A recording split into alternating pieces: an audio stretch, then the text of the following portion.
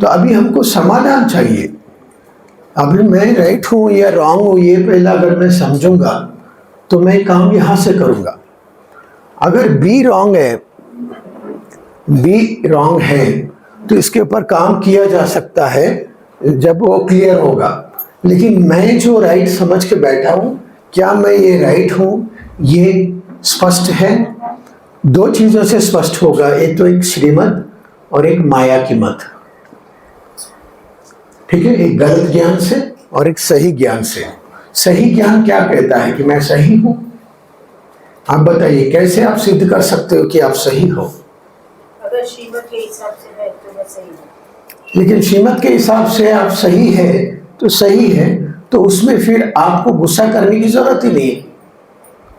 लेकिन गुस्सा कर रहे हो, इसका ये तो श्रीमत है ही नहीं ना, तो फिर गुस्सा क्यों कर रहे हो? क्योंकि आपको लग रहा है आप सही हो। कैसे सही हो, सिद्ध करो। एक्सपीरियंस से आपको पता है वो गलत है और फिर आप समझाने की कोशिश कर रहे हैं लेकिन वो मानने को नहीं किया, तो आपको गुस्सा आएगा कि आप समझ नहीं रहे।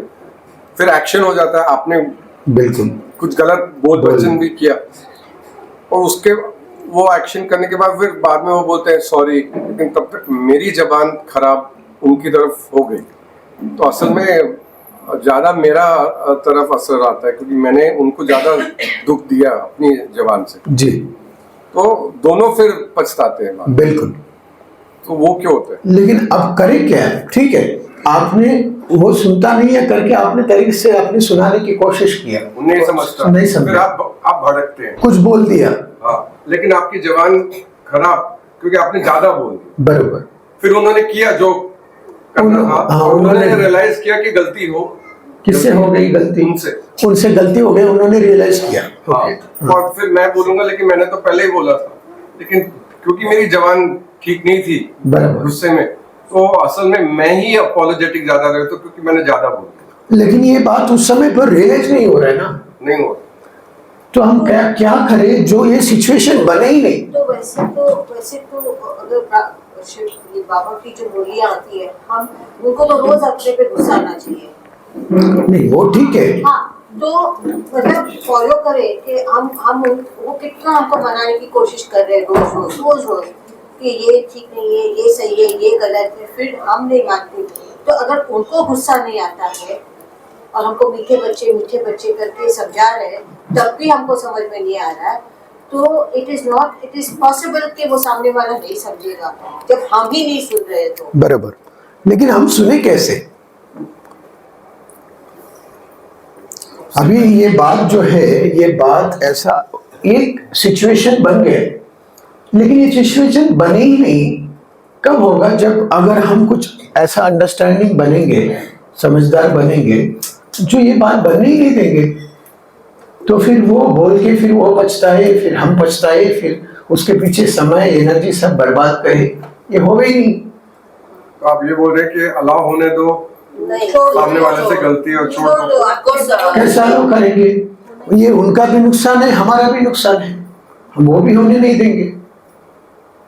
लेकिन क्योंकि उनका नुकसान नहीं है, वो हमारा भी नुकसान है, वो कैसे होने देंगे? नहीं, लेकिन जो पास्ट एक्सपीरियंसेस आए हैं हमको, उसके तजुर्बे पे हम बोल रहे कि दैट इज रॉन्ग। बिल्कुल, लेकिन उसी अनुभव के आधार पर अब भी वही बोल रहे हो, उससे कुछ होने वाला ही नहीं है।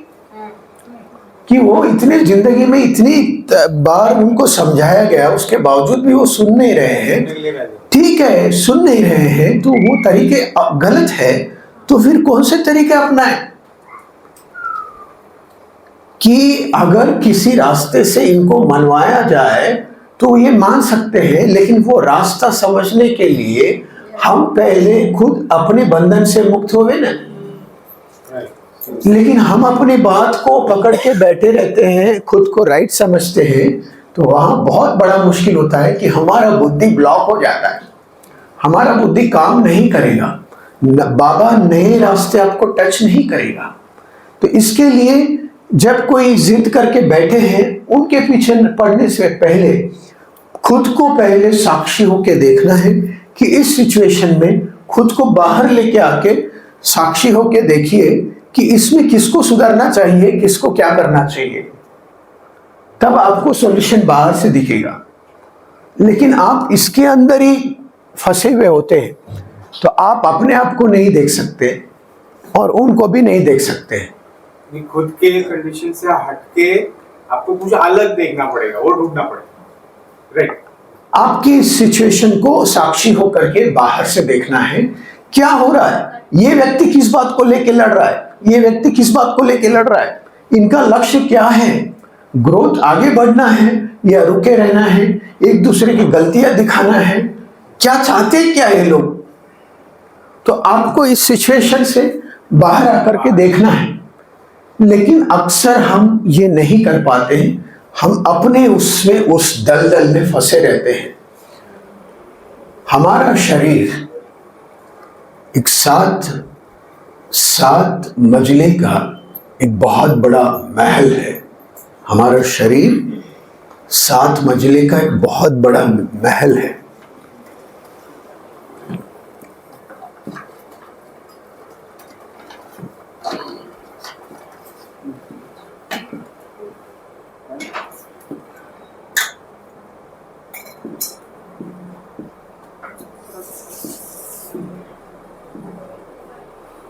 ये हमारा एक शरीर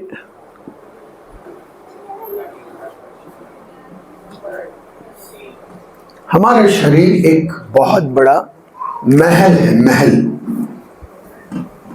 महल समझते हैं, राजमहल पहले होते थे, है ना? उस महल के अंदर कोई कौन से कमरे में जाके बैठा है किसी को पता नहीं चलता है। इसी तरह से जब हम देखभाल में आते हैं तो कई प्रकार के एटीट्यूड, धारणाएं जो हमें इस शरीर के अंदर भी बहुत छोटा सा अस्तित्व बना के रखते हैं, वो अभी आपको मैं बताता हूं कैसा है। किसी महल के अंदर कोई व्यक्ति बैठा है, आपको कैसे पता कौन से कमरे में बैठा है? वो नहीं पता चलेगा। इसी तरह से कोई व्यक्ति अपने आप को क्या समझ के बैठा है, बैठा तो बैठा है, क्या समझ के बैठा? एक श्रेष्ठ आत्मा समझ के बैठा, या खुद को हीन समझ के बैठा, खुद को शरीर समझ के बैठा, खुद को मूर्ख समझ के बैठा, खुद को जिद्दी समझ के बैठा, क्या समझ के बैठा है? इसमें कोई ना कोई प्रकार का पर्सनालिटी, कोई ना कोई प्रकार का आपका एटीट्यूड, आपकी नजरिया खुद को देखने की, मैं ऐसा हूं, ऐसा कोई ना कोई चीज में आप खुद को पाएंगे। या तो आप अकेले महसूस करेंगे, या तो आलसी महसूस करेंगे, आप थके हुए महसूस करेंगे, आप दुखी महसूस करेंगे, कोई ना कोई चीज। ये जो भी है ये हमारी अपनी एक व्यक्तित्व का पहचान है। अभी किसी व्यक्ति को आप देखते ही अगर आपको पता चले कि ये इस कमरे में जाके बैठा है, तो उस कमरे से कैसे बाहर लाना है ये आपको तभी पता चलेगा जब आप खुद बाहर आएंगे। जैसे कि अभी हम 2 लोगों के बारे में बात कर रहे हैं, ये और बी, डस्टर लीजिए। ये व्यक्ति बी को बदलना चाहता है, बी को बदलना चाहता है, तो ये फंसा हुआ है। ये जानता है कि बी फंसा हुआ है और ये उसे निकालना चाहता है, लेकिन इस फंसे हुए आदमी को निकालने के लिए इसे भी निर्बंधन होना बहुत जरूरी है। लेकिन अगर ये कहीं ये खुद भी फंसा हुआ है, ये खुद भी फंसा हुआ है, कौन किसको क्या निकालेंगे? इसीलिए जो ये महसूस करता है पहले कि मुझे इस समय कुछ करना चाहिए, उस इंसान को पहले खुद को बंधन मुक्त बनाना पड़ेगा।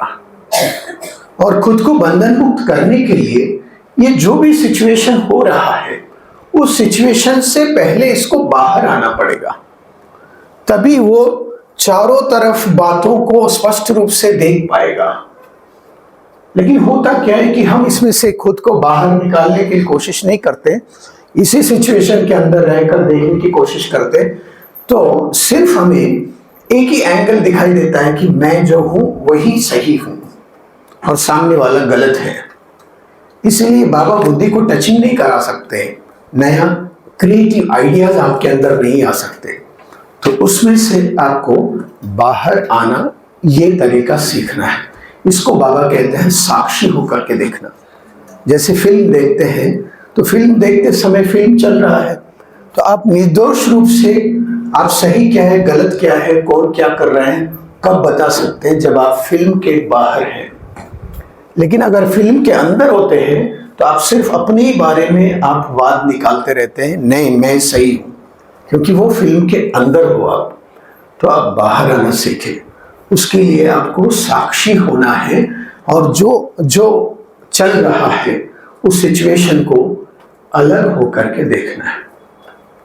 तो ये वृत्ति क्या है, जो मैंने कहा आपको, एक बाउंड्री है, एक दायरा है।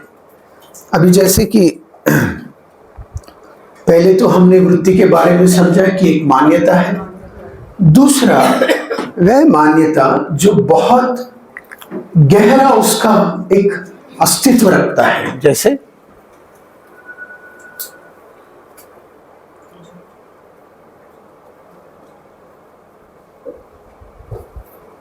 आइसक्रीम का कोन देखते हैं आप, आइसक्रीम कोन कैसा होता है, उसमें आइसक्रीम बिठाते हैं। ऐसे ही हमारे जो एनर्जी सेंटर्स है, चक्रास है, उस चक्रास का जो ये जो चक्र दिखाते हैं 7 चक्रास है, तो ये चक्र का रूप कैसा होता है, यहाँ से एक कोम्ब निकलता है, यहाँ से एक कोम्ब निकलता है, यहाँ से एक कोम्ब निकलता है। इस तरह से हमारे 7 चक्रों का भी एक इस तरह का एक कोम्ब होता है। अब उस कोम्ब को अगर दूसरी तरफ से देखेंगे आप तो आपको पता चलेगा कि वह एक दलदल है, वो भी है दलदल। दलदल पता है ना, जिसके अंदर कोई जाते हैं तो वो कैसे अंदर निकल जाए। इसी तरह से कोई इंसान किसी बात को लेकर के पकड़ के बैठता है,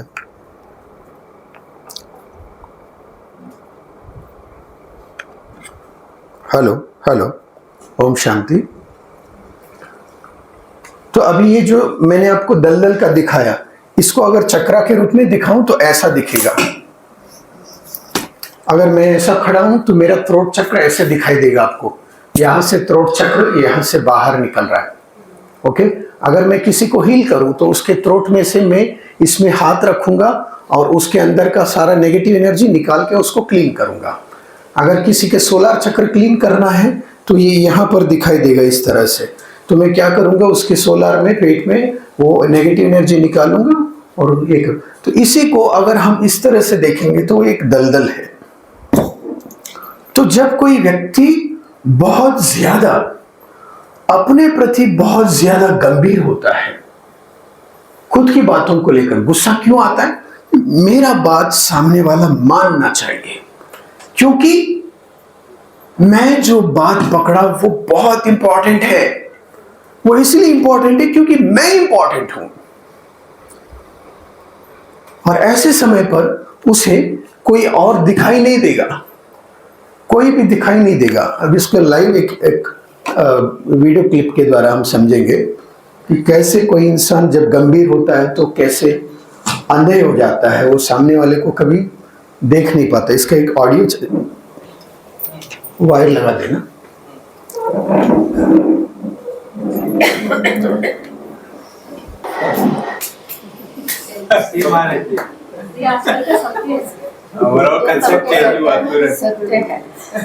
लेकिन ये कहाँ खोई थी, वो कौन सी बात को लेकर के वो दुखी